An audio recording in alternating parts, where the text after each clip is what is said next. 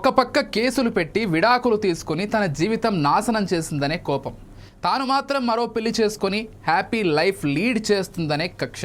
ఈ రెండు కారణాలతో విచక్షణ కోల్పోయి ఓ వ్యక్తి తన మాజీ భార్యను హతమార్చాడు. పక్కా ప్లాన్ ప్రకారమే ఆమె ఉంటున్న ఇంట్లోకి వెళ్ళి 4 నెలల గర్భిణి అని కూడా చూడకుండా కత్తితో అతి కిరాతకంగా పొడిచి చంపేశాడు.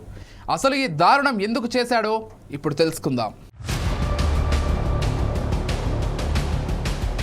పెద్దపల్లి జిల్లా మంతనికి చెందిన దేవరకొండ మహేష్ 2019-2022 వరకు ఆస్ట్రేలియాలో ఉద్యోగం చేసి ఆ తర్వాత కెనడా వెళ్లాడు. మహారాష్ట్రలోని తిలక్వాడకు చెందిన సునీతతో 2014 నుంచి పరిచయం ఉంది. మహేష్ సొంతూరు, సునీత అమ్మమ్మ ఊరు ఒకటే కావడంతో ఇద్దరి మధ్య పరిచయం ప్రేమగా మారింది. 2022 ఏప్రిల్లో ఇద్దరు పెద్దల సమక్షంలో పెళ్లి చేసుకున్నారు. ఆ తర్వాత సునీతకు వీసా రాకపోవడంతో మహేష్ ఒక్కడే కెనడా వెళ్లాడు. అక్కడికి వెళ్ళాక ఫోన్ కాల్స్ కు స్పందించకపోవడంతో భార్యపై అనుమానం పెంచుకున్నాడు మహేష్. ఈ కారణంగా గొడవలు జరుగుతున్న సమయంలోని సునీత 2023 అక్టోబర్లో కెనడా వెళ్ళింది. గొడవలు మరింత పెరగటంతో కొన్ని నెలలకే స్వదేశానికి తిరిగొచ్చిన సునీత భర్త వేధిస్తున్నాడంటూ మహారాష్ట్రలోని బరంపురం పిఎస్ లో మహేష్ పై గృహహింస కేసు పెట్టి విడాకులు కావాలని ఫిర్యాదులు పేర్కొన్నారు.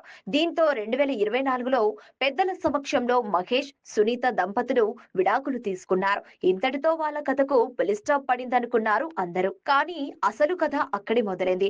ఆ తర్వాత 2025లో సునీత వెంటనే వనస్థలిపురానికి చెందిన శ్రీనాథ్ ను ప్రేమ వివాహం చేసుకుంది. రెండో పెళ్లి తర్వాత కూడా మహేష్ పై కేసును వాపస్ తీసుకోలేదు సునీత. దీంతో మహేష్ తిరిగి కెనడా వెళ్లేందుకు అవకాశం లేకుండా పోయింది. మహేష్ పాస్పోర్ట్ కూడా సీజ్ అయ్యింది. తల్లి మరణం, లుకౌట్ నోటీసుల కారణంగా వీసా రాకపోవడంతో తన కెరీర్ ను నాశనం చేసిందని మహేష్ కోపం పెంచుకున్నాడు. మరోవైపు సునీత మరో పెళ్లి చేసుకుని హ్యాపీగా ఉన్నట్లు సోషల్ మీడియాలో ఫోటోలు పెట్టడంతో జీర్ణించుకోలేకపోయిన మహేష్ ఆమెపై విపరీతమైన కక్ష పెంచుకొని మరింత రగిలిపోయాడు. ఇక ఏదైతే అదైందని సునీతను చంపేయాలని డిసైడ్ అయ్యాడు మహేష్. తను ఎక్కడ ఉందో తెలీదు, ఏం చేస్తుందో తెలీదు. అప్పుడే సునీత ఓ గుడి వద్ద ఉన్న ఫోటోను తన ఇన్స్టాగ్రామ్ లో అప్లోడ్ చేసింది. ఇక ఆ ఆలయం ఎక్కడ ఉందని వెతకడం మొదలు పెట్టిన మహేష్ కు చివరకు వనస్థలిపురంలో ఉన్నట్లు నిర్ధారించుకున్నాడు. అక్కడ వివిధ ప్రాంతాల్లో తిరుగుతూ చివరకు గ్రీన్ సిటీ కాలనీలో సునీత ఉన్నట్టు అపార్ట్మెంట్ ను కనిపెట్టాడు. చివరకు 3 రోజుల క్రితం రెక్కి నిర్వహించి మధ్యాహ్నం నేరుగా ఇంట్లో చొరబడి ఆమెను అంతమొందించాడు మహేష్. హత్య కేసులో బుద్ధార్తి సునీత అనే ఆమె హత్య గావించబడింది మన కేఎన్ఆర్ టవర్స్ లో హరిహరపురం దగ్గర.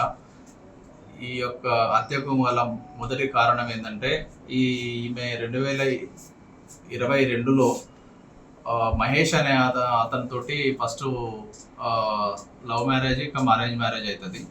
లవ్ తర్వాత వీళ్ళిద్దరూ 2023లో కెనడాకి వెళ్తారు. అప్పుడు ఒక వారం రోజులు ఉంటుంది. ఈమె అక్కడ కాపురం చేసిన తర్వాత వారం రోజులకు మళ్ళీ గొడవలు వచ్చి మనస్పర్ధలు ఎక్కువ అయ్యేసరికి అక్కడ నుండి ఇండియా రిటర్న్ వచ్చేస్తుంది.